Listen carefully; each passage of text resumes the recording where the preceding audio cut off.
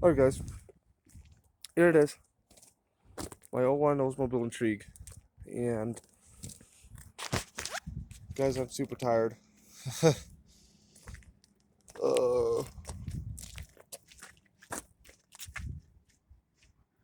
gotta change the fuel filter.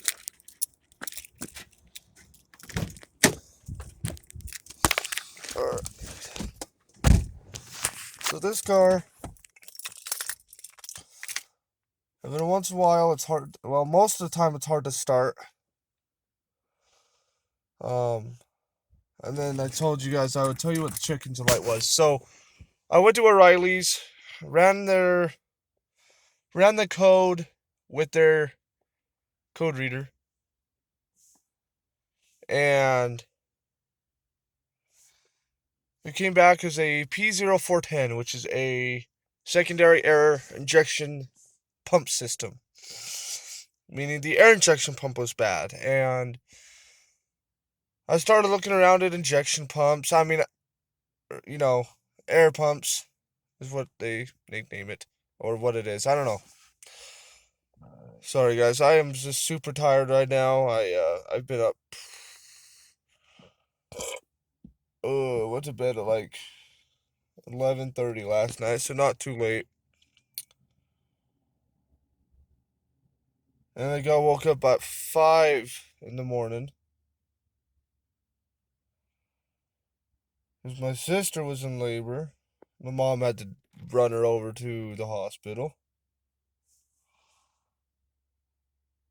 And then she brings my brother back home, which he thinks he's going to stay awake until at 6 a.m. and starts turning every light in the hotel room off. And for those of you guys who don't know, our landlord sold our house a while ago, so that is what I live in. Anyway, so he starts turning every single light on. I'm like, dude, go to bed. It's 6 in the morning. So he shut all the lights off and I went back to sleep. So I'm tired. And now it's like 11 o'clock. Anyway, so the air pump, I started looking at those. They were about $300. So I went and got my code reader. Just a little $20 Walmart Hyper Tough code reader. $20. I've had it for a year or two. And it works great. So I plugged it in. And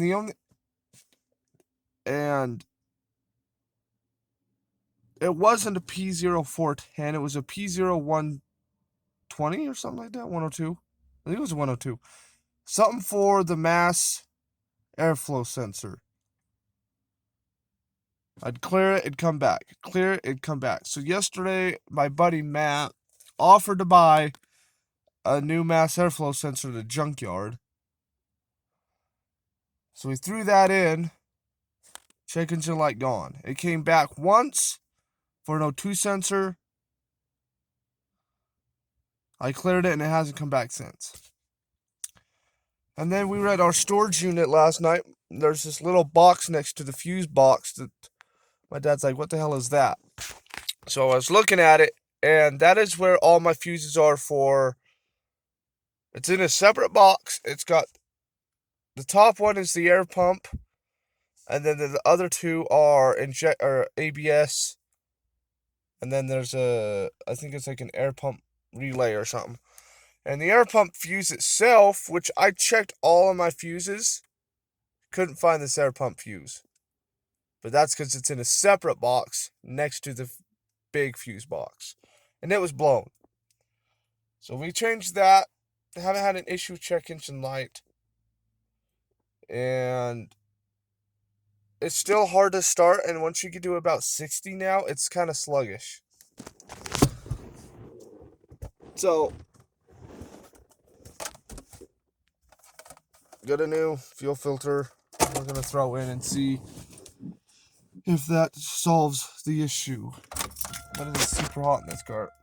I'm going to put this window down.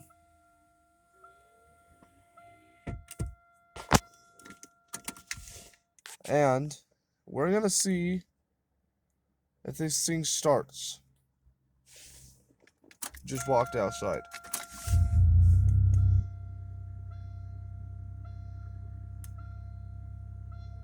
Started just fine that time.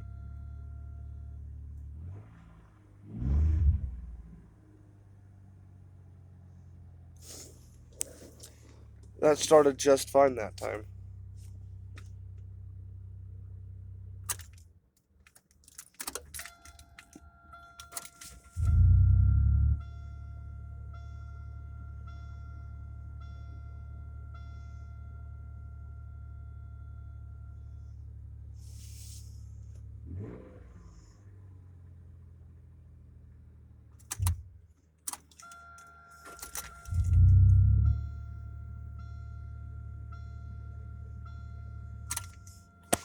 So I'm not sure. It's starting just fine now. Put this back up a little bit. But I know that it needs the filter replaced. Or at least I believe it.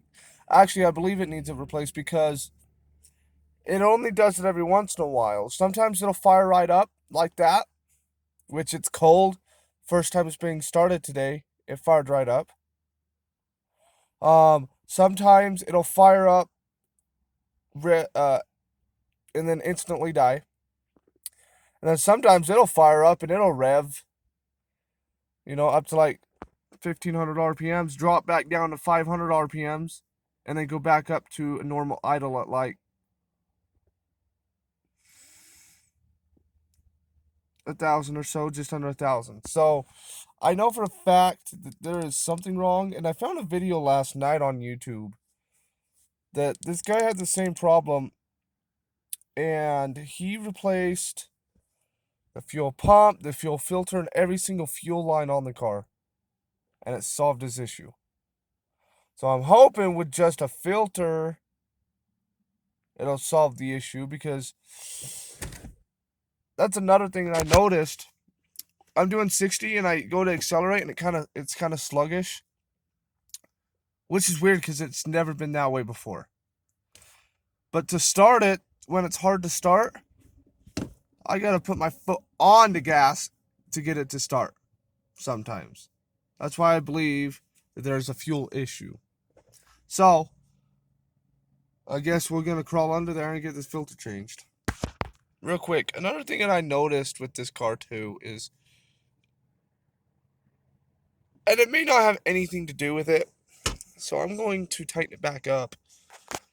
I noticed my air filter was loose. And the mass sensor that we got is kind of dirty. But I noticed the air filter was loose, so I tightened it up last night. And that is when...